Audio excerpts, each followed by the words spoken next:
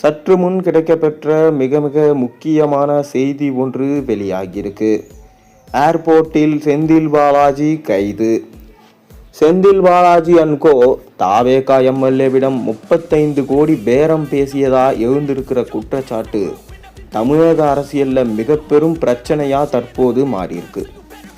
மேலும் இந்த வழக்குல 9 பேர் கைது செய்யப்பட்டிருக்காங்க. விசாரணையில முன்னாள் அமைச்சர் செந்தில் பாலாஜி மற்றும் அவரது சகோதரர் அசோக்குமார் ஆகியோரின் பெயர்கள் இடம்பெற்றிருப்பதா காவல்துறை தெரிவிச்சிருக்கிறாங்க. இது அரசியல் வட்டாரத்தில் பெரும் பரபரப்பை ஏற்படுத்தியிருக்கு. மேலும் இது திமுகவுக்கு சிக்கல் ஏற்படுத்தியிருக்கிறதா அறிவாலய வட்டாரங்கள் சொல்றாங்க. ஊத்தங்கரை தொகுதியை சேர்ந்த தாவேகா எம்எல்ஏ இளையராஜா அளித்த புகாரின் அடிப்படையில் சென்னை போலீசார் வழக்கு பதிவு செய்து விசாரணை நடத்திட்டு வராங்க. சபாநாயகருக்கு எதிராக நம்பிக்கையில்லா தீர்மானம் கொண்டு வருவதற்கு ஆதரவு தரும்படி 35 கோடி வரை பேரம் பேசப்பட்டதா புகார்ல சொல்லியிருந்தார். இதையடுத்து 9 பேர் கைது செய்யப்பட்டாங்க. இந்த வழக்கின் விசாரணையில செந்தில் பாலாஜி மற்றும் அவரது சகோதரர் அசோக்குமாரின் பெயர்களை பயன்படுத்தி தொடர்பு கொண்டதாகவும் அவர்கள் தொடர்பாக விசாரணை நடைபெற்று வருவதாக காவல்துறை தெரிவிக்கிறாங்க. மேலும் அரசியல் களத்தில் மட்டுமில்லாம திமுகவுக்குள்ளும் இந்த விவகாரம் பெரும் பிரச்சனையா மாறியிருக்கு. இது தொடர்பா செந்தில் பாலாஜியை சுற்றிய சர்ச்சைகள் புதிதானது இல்லை. அதிமுகவில் போக்குவரத்து துறை அமைச்சராக இருந்த காலத்திலிருந்தே பல்வேறு குற்றச்சாட்டுகள் அவர் மீது இருந்து வருது. பின்னர் அரசியல் மாற்றங்களுக்கு பிறகு திமுகவில் இணைந்தாலும் அந்த சர்ச்சைகள் முழுமையாக முடிவுக்கு வரல. திமுகவில் இணைந்த பிறகு அரவக்குறிச்சி தொகுதியில் வெற்றி பெற்று பின்னர் கரூர் தொகுதியில் வென்று அமைச்சரான செந்தில் பாலாஜி மின்சாரம் மற்றும் மதுவிலக்கு ஆயத்தீர்வுத்துறை போன்ற முக்கிய துறைகளை கவனித்தார். அந்த காலகட்டத்தில் டாஸ்மாக் நிர்வாகம், பார்கள், கூடுதல் கட்டணம் வசூல் உள்ளிட்ட பல்வேறு குற்றச்சாட்டுகள் எதிர்கட்சியினால அவர் மீது வைக்கப்பட்டது. குறிப்பாக டாஸ்மாக் கடையில் ஒரு பாட்டிலுக்கு கூடுதலாக 10 ரூபாய் வசூலிக்கப்பட்டதாக இருந்த புகார் தேர்தல் பிரச்சாரத்தில் பெரும் பிரச்சனையாக மாறியது. இந்த விவகாரம் கட்சிக்கும் அரசியல் ரீதியாக பாதிப்பை ஏற்படுத்தியது. மேலும் அவர் மீது அதிருப்தியை தான் உருவாக்கியது. டாஸ்மாக் நிர்வாகம் முழுவதும் ஒரு குறிப்பிட்ட வட்டாரத்தின் கட்டுப்பாட்டில் இருந்ததாகவும் இதனால் மாவட்ட அளவிலான நிர்வாகிகள் பலருக்கு அதிருப்தி ஏற்பட்டது. இந்த அதிருப்தியை சமாளிக்க தான் தேர்தலுக்கு முன்பு நிர்வாகிகளுக்கு நிதி உதவி வழங்கப்பட்டாலும் அது முழுமையாக திருப்தியை ஏற்படுத்தலை.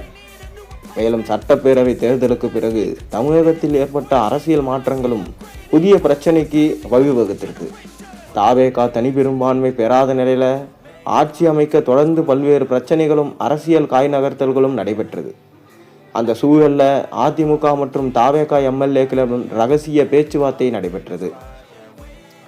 இந்நிலையில தாவேகா எம்எல்ஏக்களிடம் பேரம் பேசியதாக கிளம்பியிருக்கிற இந்த வழக்கில் சபாநாயகருக்கு எதிராக தீர்மானம் கொண்டு வர முயற்சி செய்யப்பட்டதா சொல்லப்படும் குற்றச்சாட்டு திமுகவுக்கு புதிதான ஒரு சிக்கலை ஏற்படுத்தியிருக்கு. குறிப்பாக காவல்துறை வெளியிட்டிருக்கிற தகவல்ல செந்தில் பாலாஜியின் பெயர் இடம்பெற்றிருப்பது எதிர்கட்சிக்கு சாதகமாக மாறியிருக்கு. மேலும் இது தொடர்பாக அமைச்சர் நிர்மல்குமார் கைது செய்யப்பட்ட நபர்களுக்கும் செந்தில் பாலாஜி தரப்பினருக்கும் தொடர்பு இருப்பதா விசாரணையில் தெரிய வந்திருக்கிறதா சொல்லியிருக்கார். மேலும் செந்தில் பாலாஜி தற்போது தலைமறைவாக இருக்கிறார். அவர் எந்நேரத்திலும் தமிழ்நாட்டை விட்டு வெளிநாட்டுக்கு தப்பி செல்ல முயற்சிக்கலாம். அதனால் ஏர்போர்ட்டிலே வைத்து அவரை அரெஸ்ட் பண்ணுவதற்காக வேலைகளும் நடைபெற்று வருவதாக அவர் தற்போது செய்தியாளர்களை சந்தித்து கூறியிருக்கிறார். இந்நிலையில் திமுகவுக்குள்ள சில நிர்வாகிகள் இந்த விவகாரம் தேவையற்ற பிரச்சனையை ஏற்படுத்தி இருக்கிறதா சொல்லப்படுது. தேர்தல் தோல்விக்கு பிறகு கட்சியை மீண்டும் வலுப்படுத்த வேண்டிய நேரத்தில் இத்தகைய சர்ச்சைகள் கட்சியின் கவனத்தை திசை திருப்புவதா சொல்லப்படுது. மறுபுறம் செந்தில் பாலாஜி தரப்பினருக்கு நெருக்கமானவர்கள் இந்த குற்றச்சாட்டுகளை இல்லை அப்படின்னு சொல்லிட்டு வராங்க. அரசியல் அதிகாரத்தை பெற பல்வேறு முயற்சிகள் செய்வது ஒரு இயல்பானது தான். ஆனால் அந்த முயற்சியும் தோல்வி அடைந்ததுனால அதனை பெரிதுபடுத்துவது சரியல்ல என்று வாதிடுவதா சொல்லப்படுது. எனினும் தாவேகா எம்எல்ஏ பேரம் வழக்கு தொடர்ந்து விசாரணையில் உள்ள நிலையில இந்த விவகாரம் தமிழக அரசியலில் இன்னும் பல திருப்பங்களை ஏற்படுத்தும், திமுகவுக்கு சிக்கலை ஏற்படுத்தும். செந்தில் பாலாஜி தான் அதற்கு காரணம் என சொல்லப்படுது. மேலும் இந்த வழக்கில் திருவல்லிக்கேணி போலீசார் இதுவரை 9 பேரை கைது செய்து விசாரணை நடத்திட்டு வராங்க. கைது செய்யப்பட்டவர்களிடம் கிடைத்த தகவலின் அடிப்படையில் விசாரணை அடுத்த கட்டத்துக்கு நகர்ந்திருக்கு. முன்னாள் அமைச்சர் செந்தில் பாலாஜியும் தலைமறைவானதுனால ஏர்போர்ட்டில் அவர் தப்பி செல்வாரா என அங்கும் ஆட்களை தாவேக அரசு போலீசார் போடப்பட்டிருக்காங்க. மேலும் எஃப்ஐஆர் பதிவுபட்டதுபடி திருநாவுக்கரசு என்பவர் முதல்ல தொலைபேசியில் இளையராஜாவை தொடர்பு கொண்டிருக்கார்.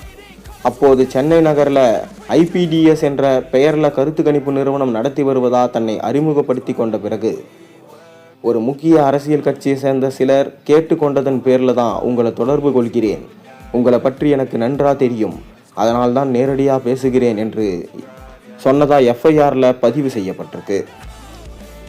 மேலும் இதற்கு பிறகுதான் பேரம் பேசப்பட்டதா புகாரில் சொல்லப்பட்டிருக்கு.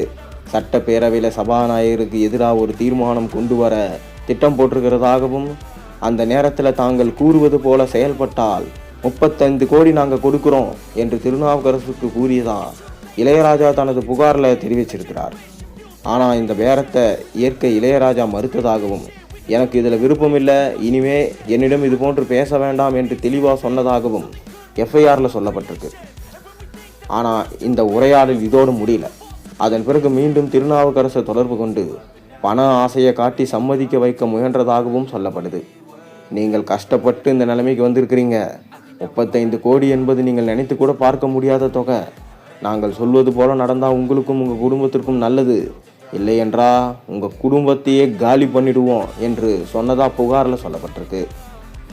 மேலும் நான் பேசியது குறித்து யாரிடமும் கூறக்கூடாது, வெளியில் சொன்ன நீங்களும் உங்கள் குடும்பத்தினரும் உயிரோடவே இருக்க மாட்டீங்க என்று மிரட்டி இருக்கிறாங்களாம் என இளையராஜா தனது புகாரில் சொல்லியிருக்காரு.